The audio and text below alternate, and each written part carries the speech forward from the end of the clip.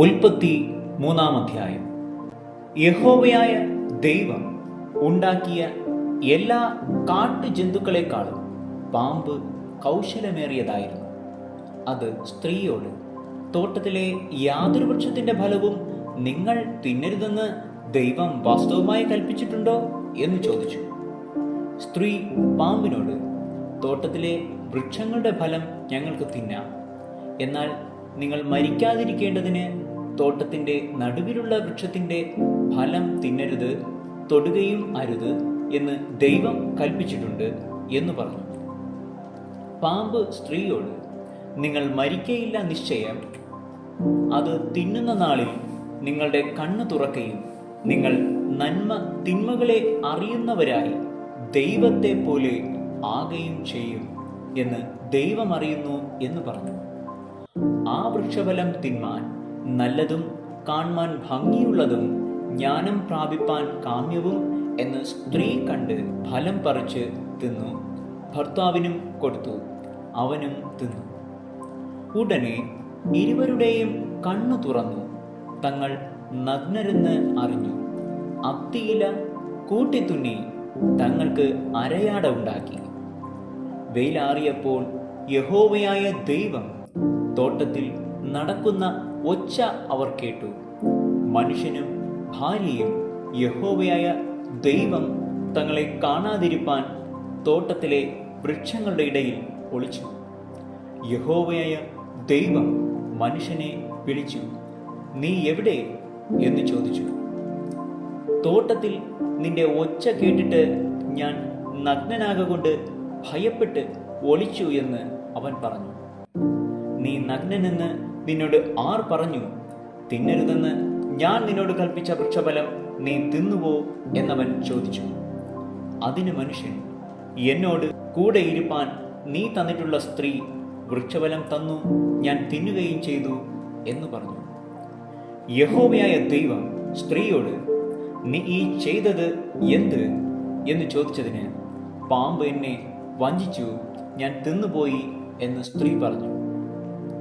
യഹോവയായ ദൈവം പാമ്പിനോട് കൽപ്പിച്ചത്, നീ ഇത് ചെയ്യുക കൊണ്ട് എല്ലാ കന്നുകാലികളിലും എല്ലാ കാട്ടുമൃഗങ്ങളിലും വെച്ച് നീ ശപിക്കപ്പെട്ടിരിക്കുന്നു. നീ ഉരസുകൊണ്ട് ഗമിച്ച് നിന്റെ ആയുഷ്കാലമൊക്കെയും പൊടി തിന്നും. ഞാൻ നിനക്കും സ്ത്രീക്കും നിന്റെ സന്തതിക്കും അവളുടെ സന്തതിക്കും തമ്മിൽ ശത്രുത്വമുണ്ടാക്കും. അവൻ നിന്റെ തല തകർക്കും, നീ അവന്റെ കുതികാൽ തകർക്കും. സ്ത്രീയോട് കൽപ്പിച്ചത്, ഞാൻ നിനക്ക് കഷ്ടവും ഗർഭധാരണവും ഏറ്റവും വർദ്ധിപ്പിക്കും. നീ വേദനയോടെ മക്കളെ പ്രസവിക്കും. നിന്റെ ആഗ്രഹം നിന്റെ ഭർത്താവിനോട് ആകും, അവൻ നിന്നെ ഭരിക്കും. മനുഷ്യനോട് കൽപ്പിച്ചതോ, നീ നിന്റെ ഭാര്യയുടെ വാക്ക് അനുസരിക്കുകയും തിന്നരുതെന്ന് ഞാൻ കൽപ്പിച്ച വൃക്ഷഫലം തിന്നുകയും ചെയ്യുക കൊണ്ട് നിന്റെ നിമിത്തം ഭൂമി ശപിക്കപ്പെട്ടിരിക്കുന്നു. നിന്റെ ആയുഷ്കാലമൊക്കെയും നീ കഷ്ടതയോടെ അതിൽ നിന്ന് അഹോവൃത്തി കഴിക്കും. മുള്ളും പറക്കാരെയും നിനക്ക് അതിൽ നിന്ന് മുളയ്ക്കും. വയലിലെ സസ്യം നിനക്ക് ആഹാരമാകും. നിലത്തുനിന്ന് നിന്നെ എടുത്തിരിക്കുന്നു, അതിൽ തിരികെ ചേരുവോളം മുഖത്തെ വിയർപ്പോടെ നീ ഉപജീവനം കഴിക്കും. നീ പൊടിയാകുന്നു, പൊടിയിൽ തിരികെ ചേരും. മനുഷ്യൻ തന്റെ ഭാര്യയ്ക്ക് ഹൗവ എന്ന് പേരിട്ടു. അവൾ ജീവനുള്ളവർക്കെല്ലാം മാതാവല്ലോ. യഹോവയായ ദൈവം ആദാമിനും അവന്റെ ഭാര്യയ്ക്കും തോൽ കൊണ്ട് ഉടുപ്പുണ്ടാക്കി അവരെ ഉടുപ്പിച്ചു. യഹോവയായ ദൈവം മനുഷ്യൻ നന്മ തിന്മകളെ അറിയുവാൻ തക്കവണ്ണം നമ്മിൽ ഒരുത്തനെ പോലെ ആയി തീർന്നിരിക്കുന്നു.